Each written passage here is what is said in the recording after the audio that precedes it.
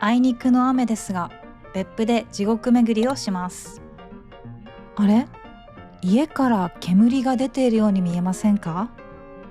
実はある日、観光客がこの湯煙を見て、大変だ、火事だって思って消防に通報したことがあるそうです。それぐらい別府の温泉の湯煙は迫力がありますね。さて、どうしてこれらの温泉は地獄と呼ばれているんでしょうか？昔の人たちは赤い湯や噴き出す泥を見て、まるで地獄だと思ったそうです。だから昔は危険で近づけない場所でした。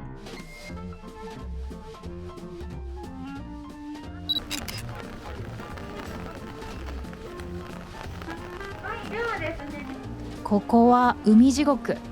青くて綺麗ですね。でもお湯の温度はなんと98度。とても暑いです。青く見えるのは温泉に含まれる成分と光の反射の影響です。まるで南国の海みたいですね。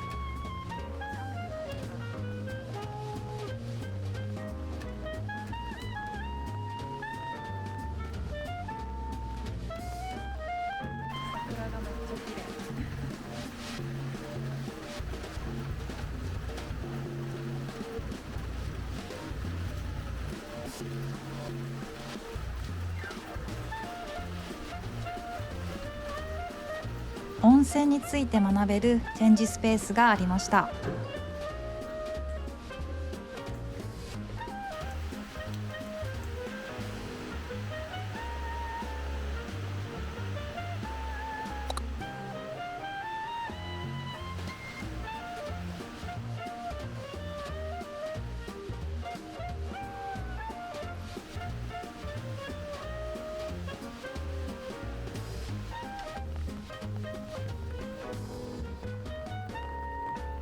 雨の日の別府も悪くないですね。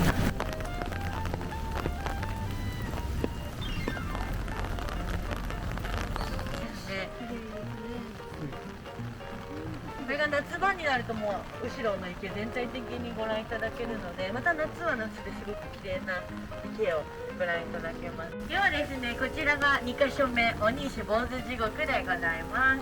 先ほどもお伝えさせていただきましたように、一応7カ所で唯一粘土質のボコボコする地獄というふうに言われております。ここはですね、一応地盤熱によって溶けた粘土が現在はガスの力でボコボコしている地獄でございまして、このボコボコしている形が坊主頭のように見えますことから、坊主地獄という名前が付けられております。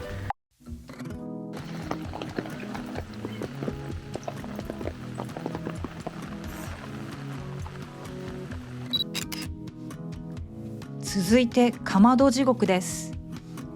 名前の由来は、昔地元の人たちがかまどの神様にお供えをする際に、この温泉の蒸気でご飯を炊いていたことから来ているそうです。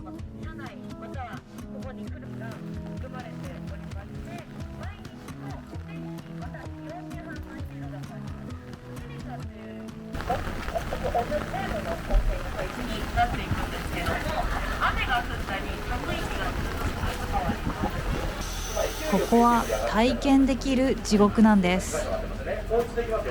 見てください。スタッフの方が線香の煙を電動式エアダスターで吹きかけています。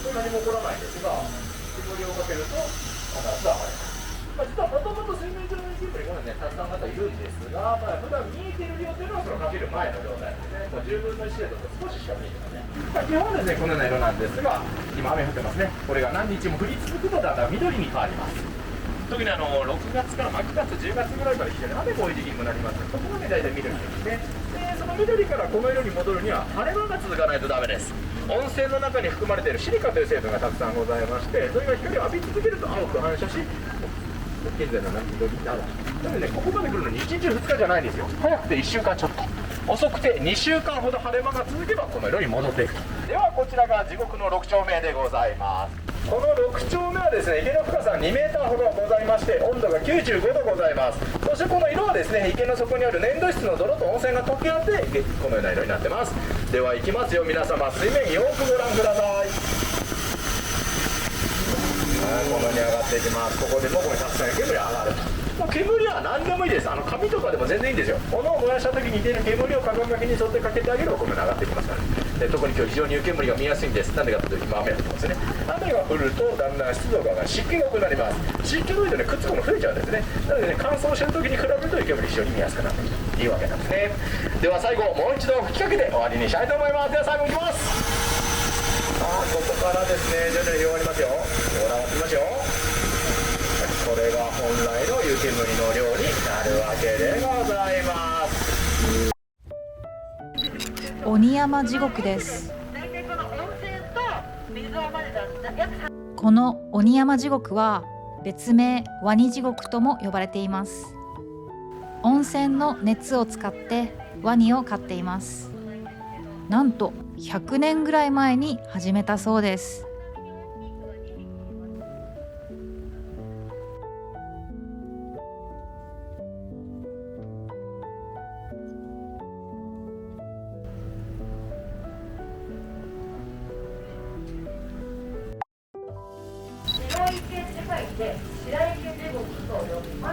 白池地獄は日本庭園のような雰囲気で、他の地獄よりも落ち着いた景観が楽しめます。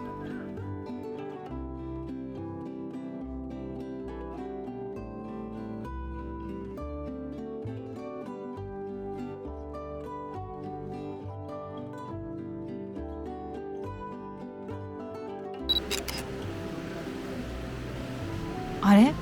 ワニだけじゃなかったんです。熱帯魚館がありました。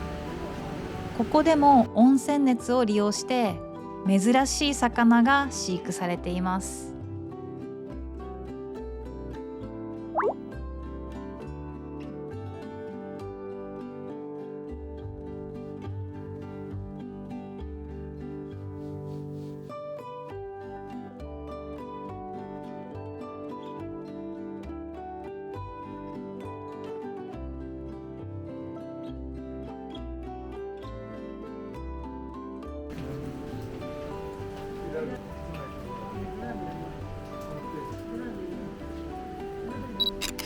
血の池地獄、ちょっと怖い名前ですね。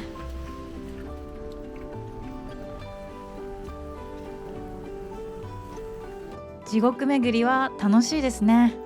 ここ血の池地獄でしばらく自由行動だそうです。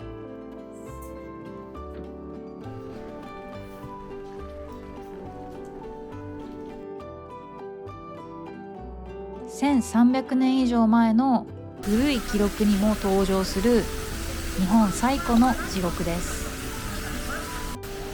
赤いですね。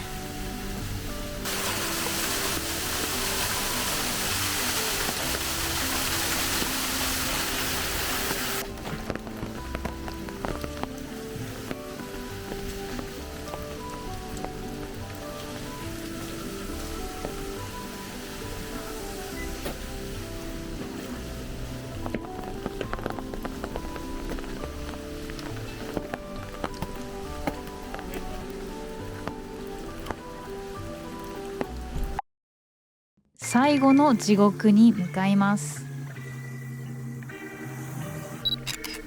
竜巻地獄です。この竜巻地獄では30分から40分に1回熱湯と蒸気が一気に噴き出します。自然の力を間近で感じられる大迫力の地獄です。